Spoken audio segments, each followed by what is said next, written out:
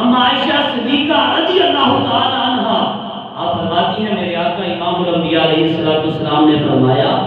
جس میت پر ایک ایسی جماعت نماز جنازہ پڑھے جن کی تعداد اتنی بڑی جماعت ہو، جن کی تعداد 100 کے قریب ہو، 100 تعداد ہو، کتنی تعداد ہو، 100 آدمی اس پر نماز جنازہ پڑھے، پڑھنے کے بعد پھر اس مرنے والے کے حق میں شفاعت کی دعا کریں کہ مولا اس کی شفاعت فرما دے۔ حضرت عائشہ صدیقہ فرماتی ہیں آقا امام الانبیاء نے فرمایا جب بندے اس کے لیے شفاعت کی دعا کر دیں گے اللہ تعالیٰ اس کے گناہوں کو معاف فرما دیتا ہے، اس کی اللہ تعالیٰ ان لوگوں کی شفاعت کو قبول فرما کے اس کو جنت کا حقدار بنا دیتا ہے۔ تو وہ اللہ کے نیک برگزیدہ بندے جن کے جنازے میں سینکڑوں لوگ ہوتے ہیں، کسی کے جنازے میں ہزاروں لوگ ہوتے ہیں، تو بابا جی کے جنازے کو دیکھا جائے تو وہاں لاکھوں لوگ موجود تھے۔ جنازہ پڑھنے والے جنہوں نے نماز جنازہ پڑھا تو انہوں نے یقیناً دعا بھی کی ہوگی۔ تو میرے آقا نے فرمایا جب دعا کی جائے اس مرنے والے کے لیے، دعا کی جائے شفاعت کی، اللہ اس کی دعا کو قبول بھی فرما لیتا ہے۔ تو اس مرنے والے کے لیے یہ دعا قبول کی جائے اس کو شفاعت کا حقدار بنا دیا جاتا ہے۔ میرے آقا امام الانبیاء علیہ السلام کے غلاموں، یہ میرے مصطفیٰ کا فرمان ہے۔ میرے مصطفیٰ کریم سے صحابہ کرام پوچھ رہے ہیں، فرمانے والے تیرے میرے آقا امام الانبیاء علیہ السلام ہیں اور پوچھنے والے صحابہ کرام ہیں۔ کیا دو سبحان اللہ، پوچھنے والے کون ہیں؟ صحابہ کرام۔ تو تعلیمات جو ہمیں اسلام کو دے رہے ہیں وہ ہے آقا امام الانبیاء جن کا ہم کلمہ پڑھتے ہیں۔ تو پھر بھی اگر کوئی کہے حرام ہے، بدعت ہے، شرک ہے، آگے رکھ کے دعا نہیں کرنی چاہیے، تو میں نے کہا اگر تو کلمہ مصطفیٰ کا پڑھتا ہے نا تو میرے مصطفیٰ کے فرمان کو ماننا ہوگا،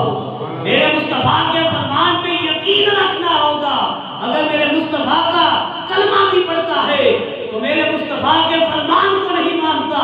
تیرا کلمہ بھی بیکار، تیری نمازیں بھی ضائع ہو جائیں گی، کوئی بھی نیکی تیرے کام نہیں آئے گی، نیکی وہی کام آئے گی جو محبت مصطفیٰ رکھ کے کی جائے گا۔ اس لیے علامہ اقبال رحمت اللہ علیہ فرماتے ہیں کہ محمد سے وفا تو نے تو ہم تیرے ہیں۔ کہو سبحان اللہ۔ آپ فرماتے ہیں کہ محمد سے وفا تو نے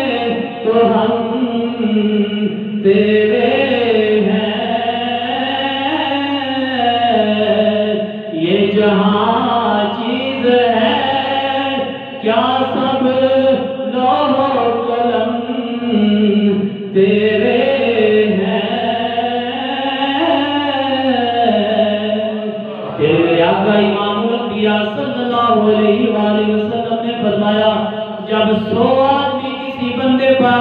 نماز جنازہ ادا کرتے ہیں، نماز جنازہ ادا کرنے کے بعد جب اس کے حق میں شفاعت کی دعا کرتے ہیں، اس کے گناہوں کی معافی کی دعا کرتے ہیں، تیرے میرے آقا علیہ السلام نے فرمایا ان کے دعا کرنے کی دیر ہے اللہ تعالیٰ اس میت کی بخشی فرما دیتا ہے، اللہ تعالیٰ اس میت کی بخشی فرما دیتا ہے، پر شرط یہ ہے اس کے لیے شفاعت کی دعا کی جائے۔ تو بلال اسلام میں عرض کر رہا تھا جب بندہ مر جاتا ہے اس کے لیے اصال ثواب جو بندہ کرتا ہے نا وہ رد نہیں ہوتا، وہ لائے گا نہیں جاتا، بلکہ مرنے والے کے لیے صدقہ جاریہ بن جاتا ہے، اس کے لیے بخشش کا ذریعہ بن جاتا ہے۔ آگے سنیے بخاری شریف کی حدیث ہے، میرے آقا امام الانبیاء علیہ السلام کے غلاموں حضرت ابن عباس روایت کر رہے ہیں، حضرت سعد بن ابی عبادہ رضی اللہ تعالی عنہ آپ کی والدہ محترمہ وفات پا جاتی ہیں، دنیا سے رخصت ہو جاتی ہیں، تو چلتے ہوئے میری مصطفیٰ کی بارگاہ میں حاضر ہو جاتے ہیں، میرے مصطفیٰ کریم علیہ السلام کی بارگاہ میں حاضر ہوئے، حاضر ہو کے عرض کی یا رسول اللہ میری والدہ مرتضیٰ کا اچانک انتقال ہو گیا ہے، وہ وصیت نہیں کر سکی، تو یا رسول اللہ ان کی طرف سے کوئی صدقہ و خیرات کروں تو کیا ان کو پہنچ جائے گا؟ میرے آقا امام الانبیاء علیہ السلام نے یہ نہیں فرمایا